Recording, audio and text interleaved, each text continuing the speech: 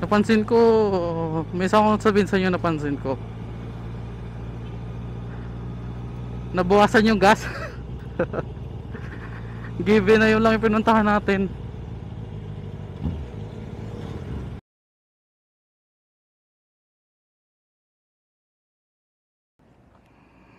Kakaroon tayo ng first ride review.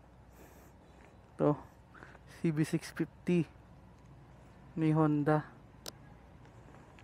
4 cylinder siya.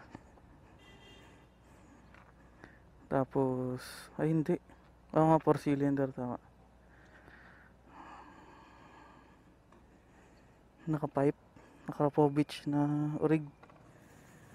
Ang price ata nito mga, alam ko, kasi yung sa MT-09, alam ko 90k, ay 80k pala.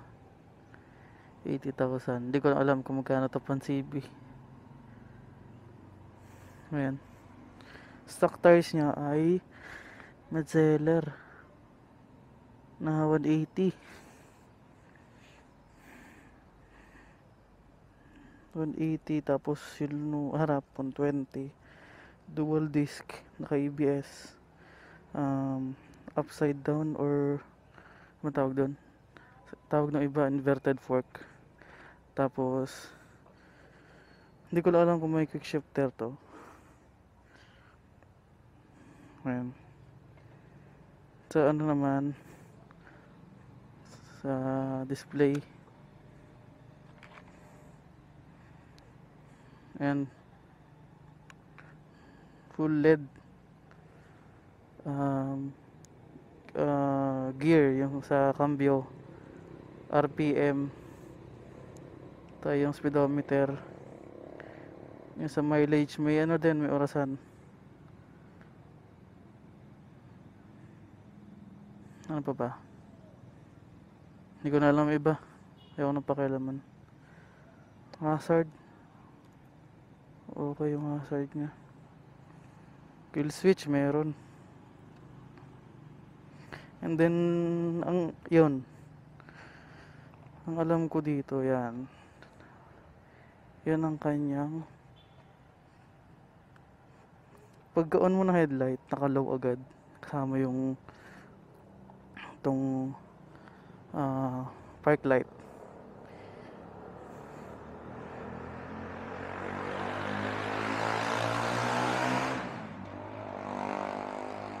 And ganito ka ba yung rear fender niya, stock. Hindi pinapalitan ng iba eh, kasi masyado nakalawit. So naka-underneath. And ayan, ang side mirror niya hindi na stock.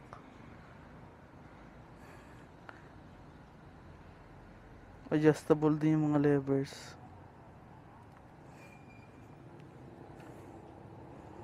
Yan, bali ganyan sa harap.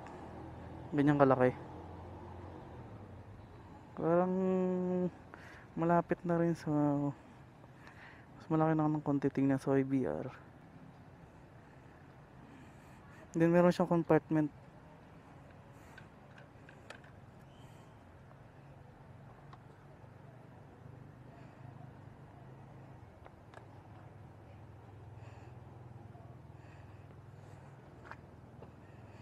Ganito lang kaliit.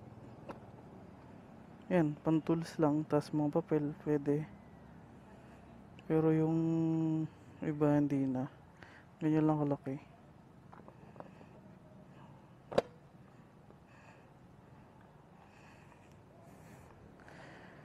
And sound check natin. Boom.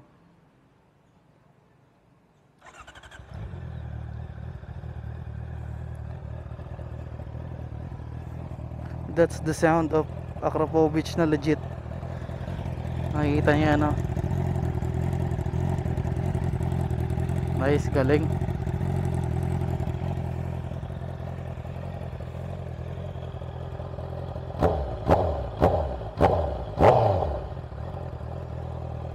Galing, legit. Hindi ko alam kung titanium to. Ah, hindi. Parang stainless lang. Meron na ring guard, radiator guard. and extension. Oh, maluwag na.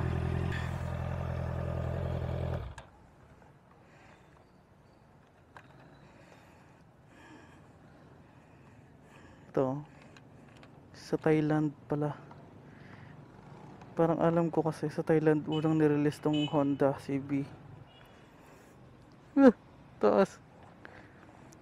Nakaabot ko pala. Ang baba lang pala to. Ayun o. Kung nakikita nyo. Medyo tiptoe. Pero abot. Ang baba lang pala to. Yun nga lang, medyo sub-sub siya.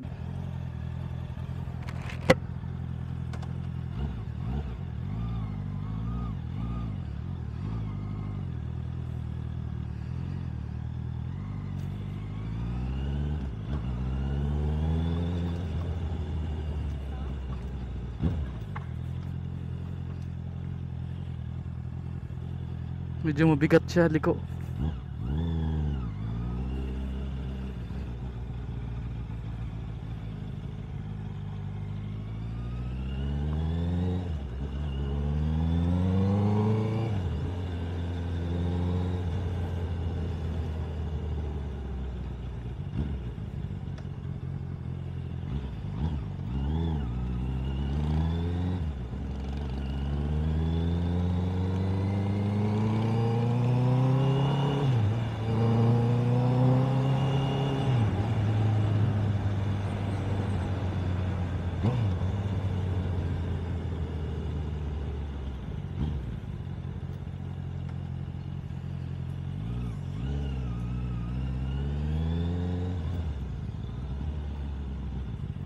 Medyo mahirap gamayin dahil 650 eh. Hindi siya beginner bike. 400 beginner bike. Pwede sa beginner.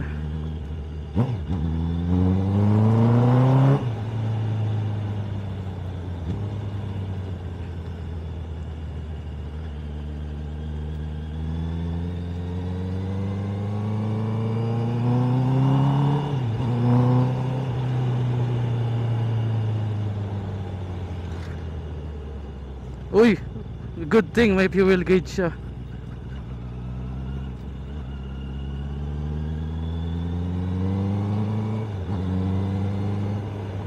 Walang quick shift pala.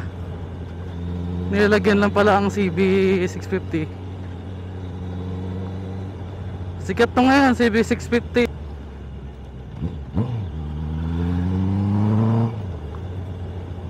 Grabe humila. Kaya hindi talaga siya pang beginner bike. Buta lang medyo ako sanay ako sa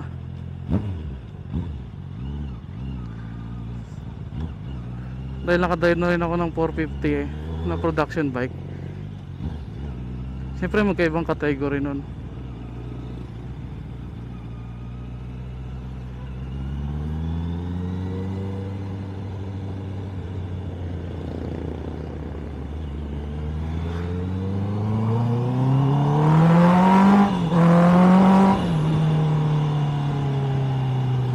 Grabe.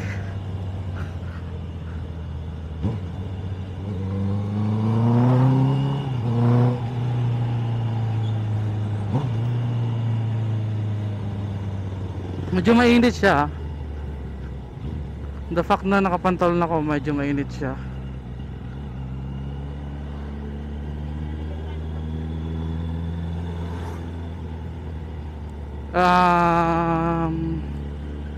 Hindi siya advisable pang daily use given na 650 siya.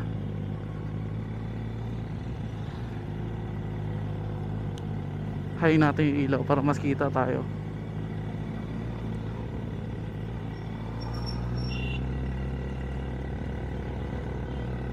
Tahimik, ganda ng Akrapovic, tahimik. Pag minor, tahimik.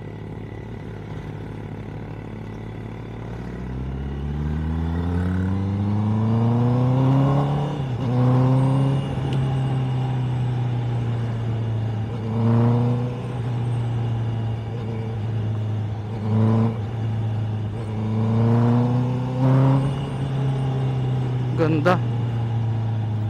Fourth gear pala yun.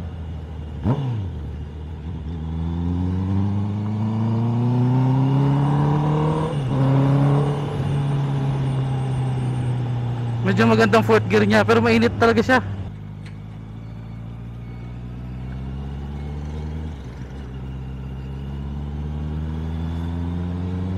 Okay na panturing. Kasi medyo upright siya kahit na medyo nakayuko ka. Hindi masyadong masakit sa likod. Kalimutan ko pa yung gloves ko.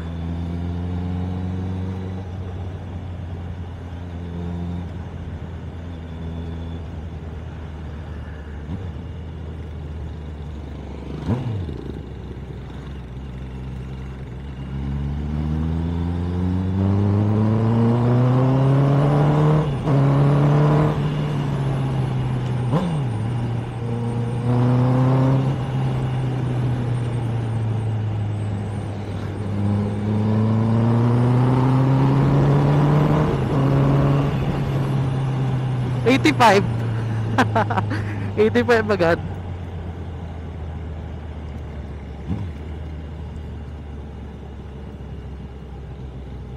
Hindi ko lang alam sa gas consumption nito, pero given na 650 siya, malakas siya sa gas syempre.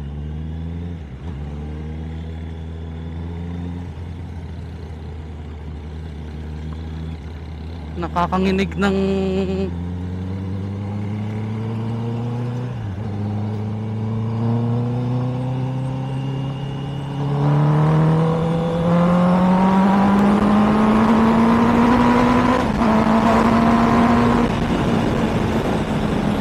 $135.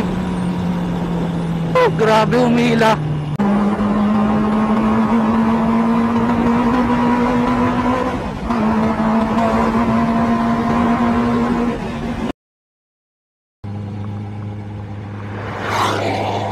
Wow.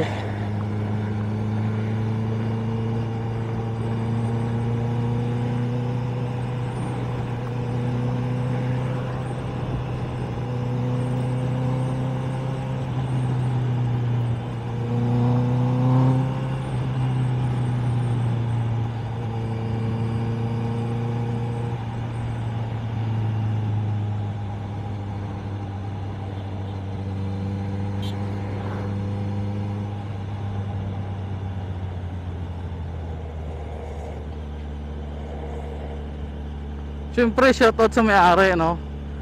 Tropa nating MX Rider.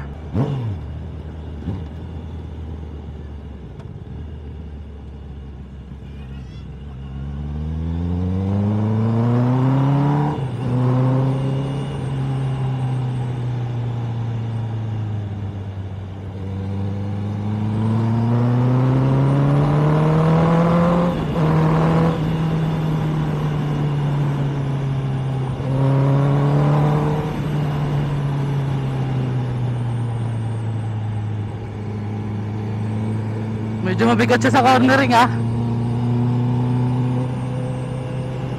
Pangit kasi ang daan dito eh.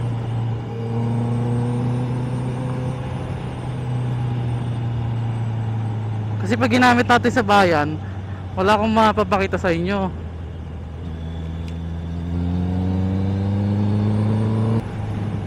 Sumakit agad sa akin itong part na to. Kasi given na nakayuko ka, yung handlebar niya hindi pantay. Medyo nakakababa dito banda. Ngayon napansin ko kaagad. Kaya sabi ko sa inyo, pag sa bayan lang natin to inikot, hindi ko makikita yung unang pagbabago na masasakit sa akin.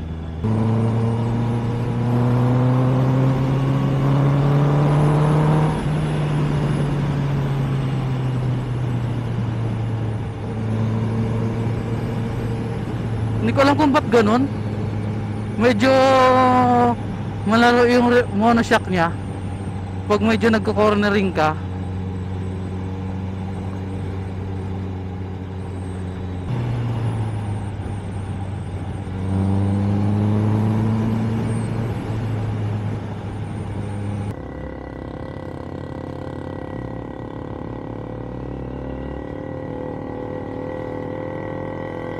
Kung nakikita nyo sa salamin,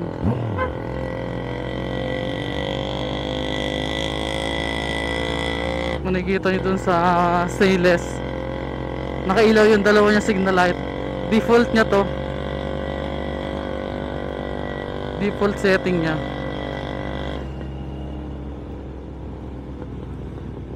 Tingnan natin ngayon sa medyo traffic.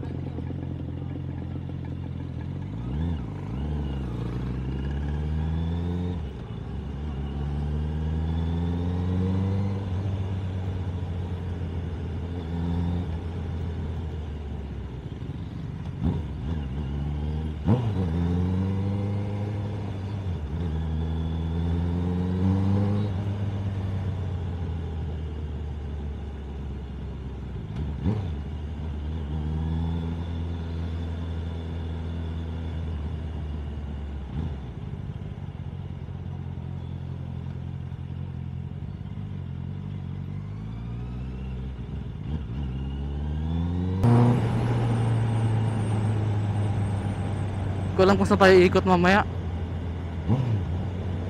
Mabigat.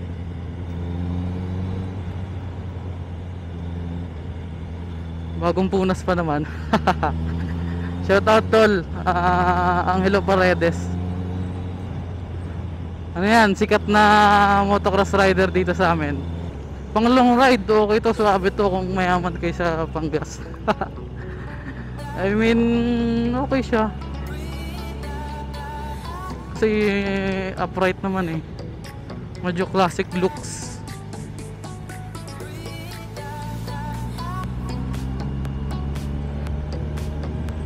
Pag nandito ka sa bayan, tapos gusto mo chill ride, ay gagamitin mo 6 gear.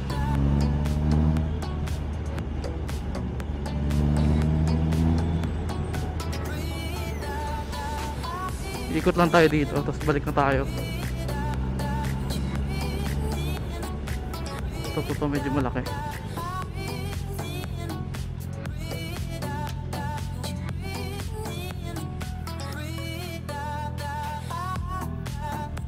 Mabigat po. Ayan, malambot naman yung clutch. Pinakagandahan kasi pag big bike, mas makapit ang clutch spring yan. And syempre hindi naman natin alam kung ano yung mechanism niya sa loob. Yung iba kasi tulad ng MT-09 medyo matigas. And syempre hindi naman ako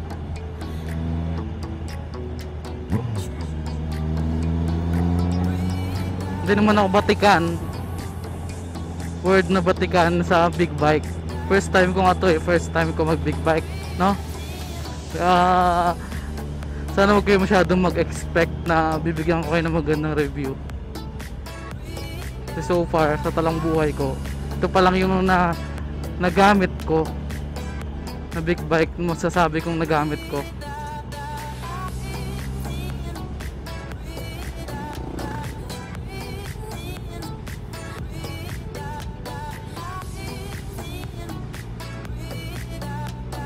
Ang nagamit ko pa kasing iba, ay hindi naman nagamit, ay minasakyan, FZ09 and R1 na mga 2018 model siguro yun. Basta yung dalawang bilog pa yung ilaw niya.